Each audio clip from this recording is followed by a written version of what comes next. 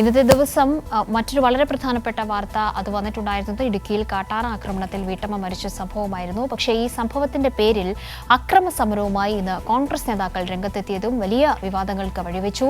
Police inquest പുരോഗമിക്കുന്നതിനിടെ ആശുപത്രിക്കുള്ളിൽ നിന്നും മൃതദേഹം ബലമായി പിടിച്ചെടുത്ത് തെരുവിൽ വയ്ക്കാനും കോൺഗ്രസ് നേതാക്കൾ ഒരു ഘട്ടത്തിൽ തയ്യാറായി. മരിച്ചയാളുടെ ബന്ധുക്കളുടെ അനുമതിയില്ലാതെ മൃതദേഹം തട്ടിയെടുത്തതും വിമർശനത്തിന് ഇടയാക്കിയിട്ടുണ്ട്. സാലി മുഹമ്മദ് സമഗ്ര വിവരങ്ങൾ തരും. തീർത്തും അസാധാരണമായ ചില സംഭവവികാസങ്ങൾക്കാണ് ഇന്ന് കോതമംഗലം സാക്ഷ്യം വഹിച്ചത്. അതിൻ്റെ തുടക്കം ഇങ്ങനെയായിരുന്നു. ഇടുക്കി ജില്ലയുടെ ഭാഗമായ നേര്യമംഗലത്ത് രാവിലെ ഇന്ദ്ര എന്ന വീട്ടമ്മ കാട്ടാനയുടെ ചവിട്ടേറ്റ് കൊല്ലപ്പെടുന്നു. ആ ദാരുണമായ സംഭവത്തെ രാഷ്ട്രീയമായി ഉപയോഗിക്കാൻ ചിലർ ശ്രമിച്ചതാണ് സംഘർഷത്തിന് കാരണമായത്.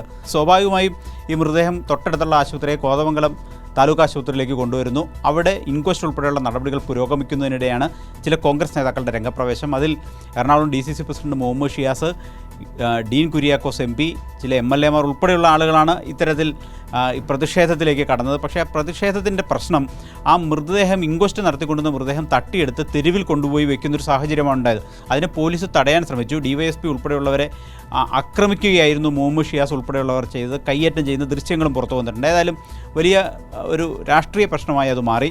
ഉടനെ തന്നെ ഏതായാലും ഇൻക്വസ്റ്റ് മുടങ്ങിയ പശ്ചാത്തലത്തിൽ പോലീസ് അതിശക്തമായ നടപടികളിലേക്ക് കടന്നു. മൃതദേഹം വീണ്ടെടുത്തു. അതിനുവേണ്ടി ഒരു ലാത്തി ചാർജ്, ഒരു ബലപ്രയോഗം നടത്തേണ്ടി വന്നു. തിരിച്ച് ആശുപത്രിയിൽ എത്തിച്ചു. അങ്ങനെയാണ് തുടർ നടപടികളിലേക്ക് കടന്നത്. ഏതായാലും വലിയ വിമർശനം ഈ കോൺഗ്രസ് നേതാക്കളുടെ നടപടിക്കെതിരെ ഉയർന്നിട്ടുണ്ട്. കാരണം മൃതദേഹത്തിൻ്റെ ഇൻക്വസ്റ്റ് നടന്നുകൊണ്ടിരിക്കെ മൃതദേഹം തട്ടിയെടുത്തുകൊണ്ട് പോകുന്നത് വളരെ ഗുരുതരമായ കുറ്റകൃത്യമാണ്. അതിനെക്കുറിച്ച് മന്ത്രി P. രാജീവ് പറഞ്ഞത് അക്കാര്യത്തിൽ മൃതദേഹത്തോട് അനാദരവ് കാട്ടിയെന്ന് മാത്രമല്ല, ഇതുമായി ബന്ധപ്പെട്ട തുടർ നടപടികളെ അട്ടിമറിക്കാനുള്ള നീക്കവും നടന്നു. അതിൽ അന്വേഷണം നടത്തും എന്നാണ് മന്ത്രി വ്യക്തമാക്കിയത്. അപ്പോൾ ഭൗതിക ശരീരത്തോട് കാണിക്കുന്ന ഒരു ആദരവ്, നിയമവ്യവസ്ഥയോടുള്ളത്, പിന്നെ പോസ്റ്റ്മോർട്ടത്തിനകത്തൊക്കെ മാൻഡേറ്ററി കാര്യമാണല്ലോ. ഒരു മോർച്ചറിയിൽ MLA ഉൾപ്പെടെ MP ഉൾപ്പെടെയുള്ള ആളുകൾ കയറി ചെല്ലുക, മൃതദേഹം എടുത്തുകൊണ്ട് വലിച്ച് അവിടെ നിന്ന് കൊണ്ടുപോകുക. കുടുംബാംഗങ്ങൾ, ഞാൻ കേട്ടെടുത്തോളാണ്, കുടുംബാംഗങ്ങൾ ഇപ്പോഴും ആശുപത്രിയിൽ തന്നെയാണ്. ഏതായാലും വൈകിട്ടോടെ മന്ത്രിമാർ ഈ പ്രദേശം സന്ദർശിക്കുകയും ഈ ബന്ധുക്കളെ സന്ദർശിക്കുകയും ഒക്കെ ചെയ്തു. മന്ത്രി P. രാജീവും റോഷി അഗസ്റ്റിനും ഈ ബന്ധുക്കളെയും ഒക്കെ സന്ദർശിച്ച് ആശ്വസിപ്പിച്ചു.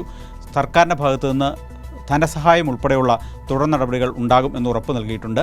പ്രദേശവാസികൾ ആവശ്യപ്പെടുന്നത് കാട്ടുമൃഗങ്ങളുടെ ശല്യത്തിൽ നിന്ന് തങ്ങളെ രക്ഷിക്കുന്നതിനുള്ള നടപടികൾ വനം വകുപ്പിൻ്റെ ഭാഗത്തു നിന്ന് ഉണ്ടാവണം എന്നതാണ് ആവശ്യം. ഏതായാലും ഈ ദാരുണമായ സംഭവത്തെ രാഷ്ട്രീയ മുതലെടുപ്പിന് വേണ്ടി ഇത്തരം നിയമവിരുദ്ധ പ്രവൃത്തി നടത്തിയ രാഷ്ട്രീയ നേതാക്കൾക്കെതിരെ, കോൺഗ്രസ് നേതാക്കൾക്കെതിരെ വലിയ പ്രതിഷേധമായി ബന്ധുക്കളും ആശുപത്രി അധികൃതരും രംഗത്തെത്തിയിട്ടുമുണ്ട്. ശരി, സാലി മുഹമ്മദാണ് സമഗ്ര വിവരങ്ങൾ നൽകിയത്.